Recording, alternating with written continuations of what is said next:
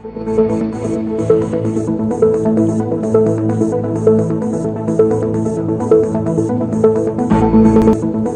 طعنا باللي زخبركم تخطاتلتي هورنسكوب نيوز زيناتات الساعات حيزلكم قريبا لخو كندغندير استاذ زينا قدم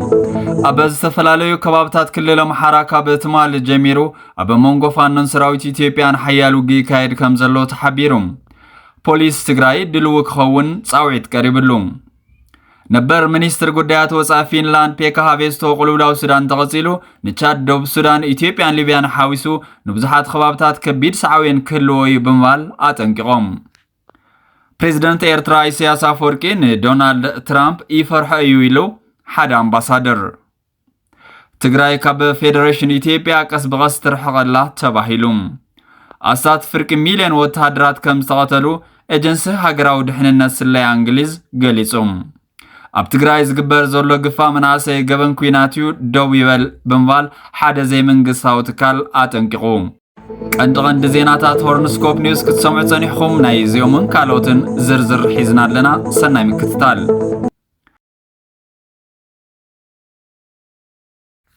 ነበር ሚኒስትር ጉዳያት ወጻኢ ፊንላንድ ፔካ ሃቬስቶ ቁልውላው ሱዳን ተቀጺሉ ንቻድ ደቡብ ሱዳን ኢትዮጵያን ሊቢያን ሓዊሱ ንብዙሓት ከባብታት ከቢድ ሰዓብን ከም ዝህልዎ አጠንቂቆም ኣብ ልዕሊ ትግራይ ዝተፈጸመ ወራር ለፍንቲ ብትርብ ምቋም ዝፍለጡ ነበር ሚኒስትር ጉዳያት ወጻኢ ፊንላንድ ፔካ ሃቬስቶ ቁልውላው ሱዳን ተቀጺሉ ንቻድ ደቡብ ሱዳን ኢትዮጵያን ሊቢያን ሓዊሱ ንብዙሓት ሃገራት ከቢድ ሰዓብን ከም ዝህልዎ አጠንቂቆም ኣለው ሚኒስትር ጉዳያት ወጻኢ ፊንላንድ ነበር ፔካ ሃቬስቶ ኣብ እዋን ኩናት ትግራይ ብቕንዕናን ብግልጽን ትግራይ ፍትሕ ክትረክብ ርኢቶታት ብምሃብ ዝፍለጡ እዮም ኣብ መጀመርታ ዋርሕቲ ኩናት ፍሉይ ልኡኽ ሕብረት ኣውሮፓ ኣብ ኢትዮጵያ ዝነበሩ ሃቬስቶ ምስ ላዕለዎት ሰበስልጣን ኢትዮጵያ ብምርኻብ መፍትሒ ክረክብ ብዕቱብ ይሰርሑ ከም ዝነበሩ እዮም መረዳእታታት ዝገልጹ ሃቬስቶ ኣብ ግዜ ስልጣኖም ኣብ ክልል ትግራይ ብምኻድ ኣብ ደቡብ ኣፍሪካ ከተማ ፕሪቶሪያ ዝተፈረመ ስምምዕ ሰላም ብቐረባ ብምክትታል ንኽልተ ዓመታት ጸንሐ ደማዊ ግጭት ከብቅዕ ይሰርሑ ነይሮም ሃቬስቶ ሚኒስትር ጉዳያት ወጻኢ ፊንላንድ ካብ ዝነበሮም ስልጣን ምስ ወጹ ንሰለስተ ዓመታት ከም ቀጺሎም እዞም ገዲም ዲፕሎማት ቅድመ ክልተ መዓልቲ ኣብ ፊንላንድ ከተማ ሄልሲንኪ ምስ ኢትዮጵያ ኢንሳይደር ኣብ ዝገበርዎ ሓጺር ቃለ መሕትት ዝተፈላለዩ ርኢቶታት ሂቦም ኣለው ሃቬስቶ ነቲ ኣብ ትግራይ ዘሎ ቁልውላው ሰላማዊ ፍታሕ ክረክብ ተስፋ ከም ዘለዎም እውን ገሊጾም ኣለው ሃቬስቶ እቲ ኣብ ትግራይ ዘሎ ቁልውላው ሰላማዊ ፍታሕ ክረክብ ተስፋ ክገብሩ እንከለው እቲ ኣብ ሱዳን ዘሎ ኩናት ዘረጋግእ ኮይኑ ኣብ ገረባውቲ ሃገራት ዝስዕብ ጽልዋ እውን ናይ ባዕሉ ዝኾነ ብጽሒት ከም ዘለዎ እዮም ዘጠንቅቖም ሃቬስቶ ክብደት ኩነታት ሱዳን ዘጉልሕሉ ምኽንያት እውን ኣለዎም ዋና ጸሓፊ ሕቡራት ሃገራት አንቶኒዮ ጉተሬዝ ቅድሚ 3 ወርሒ ሃቬስቶ ኣብ ተገራጨውቱ ውድባት ሱዳን ፍሉይ ልኡኽ ገይሮም ሸይሞሞም እዮም ሃቬስቶ ምስቶም ዝዋግኡ ውድባት መራሕቲ ዞባታት ኣህጉራውያን መሻርክትን በቐረባ ብምስራሕ ኣብቲ ሃገር ሲቪላዊ ምምሕዳር ንምጥያሽ ክድግፉ ዕማም ተባሂቦም ከም ዘሎ እዩ ዝግለጽ ቁልውላው ሱዳን ተቐጺሉ ንቻድ ደቡብ ሱዳን ኢትዮጵያ ሊቢያን ሓዊሱ ንመላእ እቲ ዞባ ሳዕቤን ክህልዎ እዩ ክብሉ አጠንቂቖም ኣለው ፔካ ሃቬስቶ ንኢትዮጵያን ኢንሳይደር ከም ዝገለጽዎ እዘን ሃገራት ድሮ ብዋሕዚ ዶብ ዝሰግሩ ሱዳናውያን ስደተኛታት ይሳቅያ ከም ዘለዋ እውን ሓቢሮም ኣለው ከም ጸብጻብ ኢትዮጵያን ኢንሳይደር ፖሊስ ትግራይ ድልው ክኸውን ጻውዒት ቀሪብሉ ፖሊስ ዘተኣማምን ውሽጣዊ ሰላም ከረጋግጽ እንተድሊ ድማ ናይ ደገ ሓደጋን ምክልኻል ተሓሲቡ ዳግም ዝተጣየሸ ትካል ብምዃኑ ንኽልቲኡ ተልእኾ ወትሩ ድልዋት ክኾን ይግባእ ኢሎም ብወንበር ህወሓት ዶክተር ደብረጽዮን ገብረ ሚካኤል ኣዘዝቲ ዞባን ወረዳን ሓዊሱ ኣመራርሓ ፖሊስ ትግራይ ዘሳተፈ ገምጋም ኣፈጻጽማ ስራሕ ኣብ ከተማ መቐለ ዝተሳለጠ እንትኸውን ኣብቲ መኽፈቲ ዝተረኸቡ ዶክተር ደብረጽዮን ገብረ ሚካኤል ፖሊስ ትግራይ ዝደለዮ ክፍጽም ዘኽእሎ ሓድሽን ውህልልን ዓቕሚ ዘለዎ ትካል ብምዃኑ ዘተኣማምን ውሽጣዊ ሰላም ብምስፋን ኩነታት እንተሓምቕ ድማ ደጋዊ ሓደጋ ክከላኸል ዘኽእሎ ቁመና ወኒኑ ዕማም ወሲኹ ዳግም ዝተጣየሸ ስለ ዝኾነ ንኽልቲኡ ተልእኾ ወትሩ ድልዋት ክኾኑ ጸዊዖም ኣለው ጀነራል ገብረዲላ ብሓይል ድሕሪ መላዮም ኮሚሽነር ጀነራል ኮሚሽን ፖሊስ ትግራይ ኮይኖም ብህወሓት ዝተመዘዙ ይሕደጎ ስዩም ብግዶም ኣብ ዝቕንያት ገምጋምን ካልኦት ተወሰኽቲ ምይይጣትን ዝድህስሱ ዛዕባታት ብምንጻር ዝረኣዩ ኩርናዓት ኣንፊቶም ኣለው ፕሬዝዳንት ኤርትራ ኢሳያስ አፈወርቂ ንዶናልድ ትራምፕ ይፈርሑ ኢሎም ሓደ አምባሳደር ኤርትራ ፕሬዚደንት ኢሳያስ አፈወርቂ ኣብ ጽምብል መበል 35 ዓመት መዓልቲ ናጽነት ኤርትራ ዘስማዕ መደረ ኣዘራራዊ ኮይኑ ይቕጽል ኣሎ። ኣብቲ ዕለት ፕሬዚደንት ኢሳያስ ንዓለማዊ ፖለቲካዊ ስርዓት ምስ ኣሜሪካ ተሓሒዙ ዝበዝሕ ክፋል መደረኡ ኣቕሪብዎ። ካብ ትራምፕ ዳግማይ ስልጣን ዝመጸሉ ዘልዓሎ ኣሜሪካ ደጊምካ ዓባይ ምግባር ዝብል ጭርሖ ሒዙ ክሳብቲ ኣብ እዋን ዓለማዊ ቁልውላው ፈጢሩ ዘሎ ኩናት ኢራን ዘርዚሩ እዩ። ኣብ ኤርትራን ኣሜሪካን ዝምድነን ከመሓይሻ ምዕባለታት ዝረኣየሉ ዘሎን ተስፋን ትጽቢትን ህዝቢ ኤርትራ ኢሉሉ ኣብ ዘሎ እዋናት ዝተሰምዐ መደረ ብገለ ሸነኽ ዘተሓሳስቡ ኮይኑሎም ነዚ ኣመልኪቱ ቢቢሲ ኣብ ሕብረት ኣውሮፓን ካልኦት ሃገራትን ኣምባሳደር ኮይኑ ዘገልገለን ኣብዚ ሕዚ እዋን ላዕለዋይ ኣማኻሪ መስርሕ ሰላም የመን ኮይኑ ዝሰርሕ ዘሎን ኤርትራዊ ምሁር ዓንደብርሃን ወልደ ጌርግስ ጻኒሕት ገይሩሎም ንሱ ነቲ መደረ ፕሬዚደንት ኢሳያስ ብጽሞና ከም ዝተኸታተሎ ብምግላጽ መራሒ ሃገር ኮይኑ ኣይቀረበን ዝብል ርእይቶ በመቐማጥ ኣብ ውሽጣዊ ጉዳያት ኣድሂቡ ብጭቡጥ ክዛረበሉ ዝግባእ ጉዳያት ከም ዝነበረ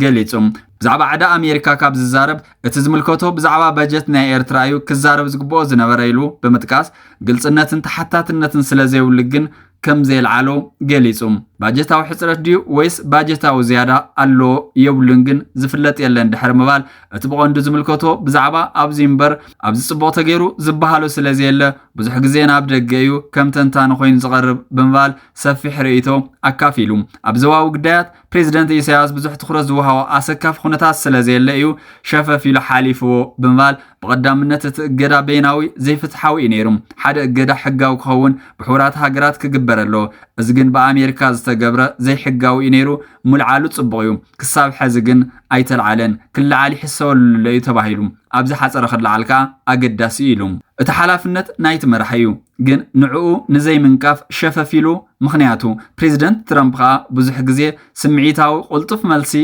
ግብራዊ ስጉምታት ከም ዝወስድ ስለ ዝተገንዘበ ሸፈፍ ኢሉ ሓሊፍዎ ብዝተረፈ ተግባራት ኣሜሪካ ኢልካ ክትግምግም እንከለኻ እቲ ሓላፍነት ዝወስድ እቲ ፕሬዚደንት እዩ ንሱ እዩ ወሳኒ እቲ ቀንዲ ጸገማት ናራእያ ኣብ ልዕሊ ኤርትራ ኣብ ውሽጣዊ ኩነታት ኤርትራ ዝምርኮስ ምዃኑ እዩ ዴሞክራሲያዊ ምሕደራ የለን ኩሉ ውሳነታት ካብ ሓደ ማእኸል ዳርጋ ካብ ሓደ ሰብ ናይ ሓደ ሰብ ስርዓት እዩ ዝብል ገምጋም ኣሎ ኣኽብሮት ሰብኣዊ መሰላት የለን ሰባት ብዘይ ሕጊ ይእሰሩ ክሲ ከይቀረበሎም ናብ ቤት ፍርዲ ከይቀረቡ ነዊሕ እዋን ይእሰሩ ብዛዕቦም ዝወፅእ ሓበሬታ እውን የለን ይብል እቲ ኣምባሳደር ብመሰረቱ ደረቱ ዝሓለፎ ገሰስ ሰብኣዊ መሰላት ኣብ ኤርትራ ከም ዘሎ እዚ ኸ ቀንዲ ጸገም ናይ ምስ ኤርትራ ዝግበር ዝምድናታት ምዃኑ ብሓፈሹ ኸ እቲ ህዝቢ ወከልቱ መራሕቱ ክመርጽ ዕድል ዘይተውሃቦ ክሳብ ሕዚ ካብ ሓደ ማእኸል ብዝመጽእ ትእዛዝ ጥራይ ከም ዝነበር ኩሉ መዳያዊ ሕብረተሰብ ዝቆጻጸሮ ምዃኑ እዚ ኩሉ ዕዳ ኣብ ልዕሊ ኤርትራ እዩ ይብል እቲ ኣብ ልዕሊ ኤርትራ ዘሎ ግዳም ኣረኣያ በዚ ስለ ዝጽሎ ምስሊ ኤርትራ ድውን እዩ ከምኡ ይኹን እምበር ዝምድና ሃገራት ብመሰረቱ ኣብ ሃገራዊ ረብሓታት ዝምርኮስ ስለ ዝኾነ ሃገራዊ ረብሓታት ዘለዎን ሃገራት ከዓ እቲ ውሽጣዊ ኩነታት ኤርትራ ብዘይገድስ ንረብሐአን ዘገልግል ፖሊስታት ወይ ሜላታትን ዝኽተላ ይብል በዚ ከዓ ነቲ ውሽጣዊ ኩነታት ዕሽሽ ክብላ ብዙሕ ዘሸግር ኣይኮነን ኤርትራ ብስትራቴጂካዊ ኣቀማምጣ ኣብ ደቡባዊ ምዕራብ ቀይሕ ባሕሪ ብዙሓት ዓለማዊ ኣገዳስነት ኣለዋ ብፍላይ በቲ ኣብቲ ከባቢታት ኩነታት ኣገዳሲ ተራ ክትፃወት ስለ እትኽእል ኩሉ ምስ ኤርትራ ዝምድና ክገብር ይደሊ እዩ ግን ፀወታታት ትካላት ሰብኣዊ መሰልን ካልእን ስለ ዘሎ እቶም መንግስታት እውን ህድግ ኢሎም ኣይገብርዎን ግን ንረብሓታቶም ክብሉ ቀሲሎም ምስ ኤርትራ ዝምድናታቶም ከመሓይሹ ዘሸግሮም ኣይኮነን ይብል ዝምድና ኤርትራን ኣሜሪካን ብኸመይ ክቕጽል እዩ ብሓቂ ቀሲልካ ዝረአዩ ብሓፈሽኡ ግን ፕሬዚደንት ትራምፕ ብዛዕባ ዴሞክራሲ ብዛዕባ መሰል ሰባት ዝግድሱ ዓይነት መራሒ ኣይኮነን ስለዚ እንተወሲኑ ኣብ ዝተሪፍዎ ዘሎ 2 ዓመትን መንፈቕን ዝኸውን ግዜ ነቲ ዝምድና ከመሓይሾ ይኽእል እዩ ክብል እቲ ኣምባሳደር ገሊጹሎ ኣስታት ፍርቂ ሚልዮን ወተሃደራት ሩስያ ኣብ ኩናት ዩክሬን ከም ዝተቐተሉ ኤጀንሲ ሃገራዊ ድሕነት ስለያ እንግሊዝ ገሊጹ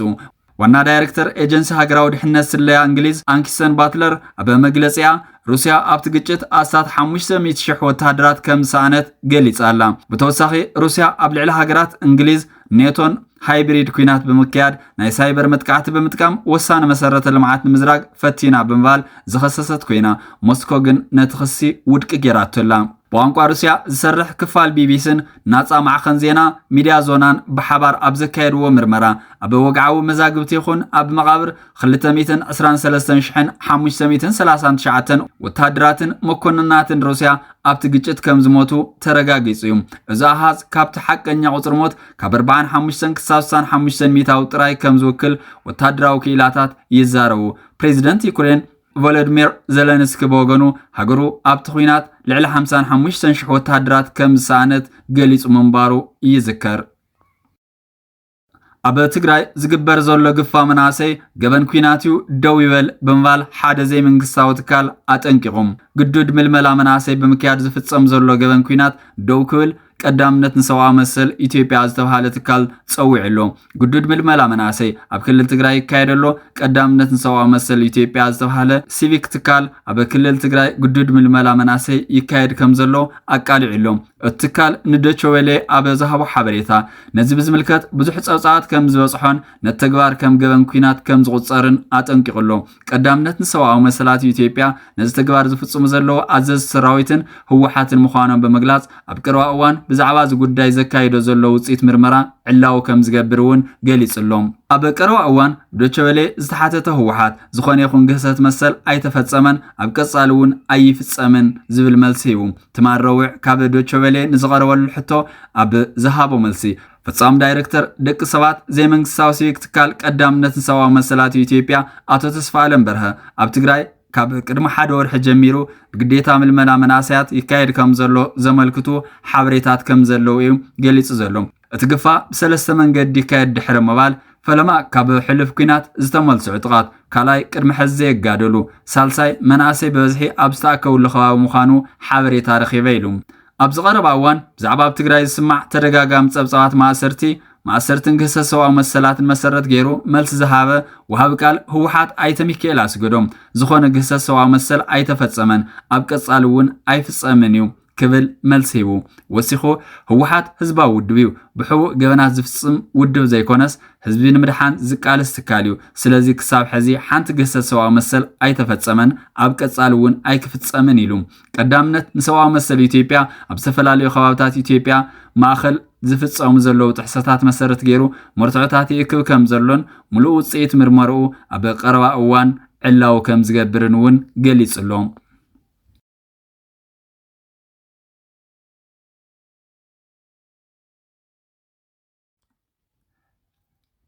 ኣብ ዝተፈላለዩ ከባቢታት ክልል ኣምሓራ ካብ ትማድ ጀሚሩ ኣብ መንጎ ፋኖን ሰራዊት ኢትዮጵያን ሓያል ውግእ ይካየድ ከም ዘሎ ተገሊጹ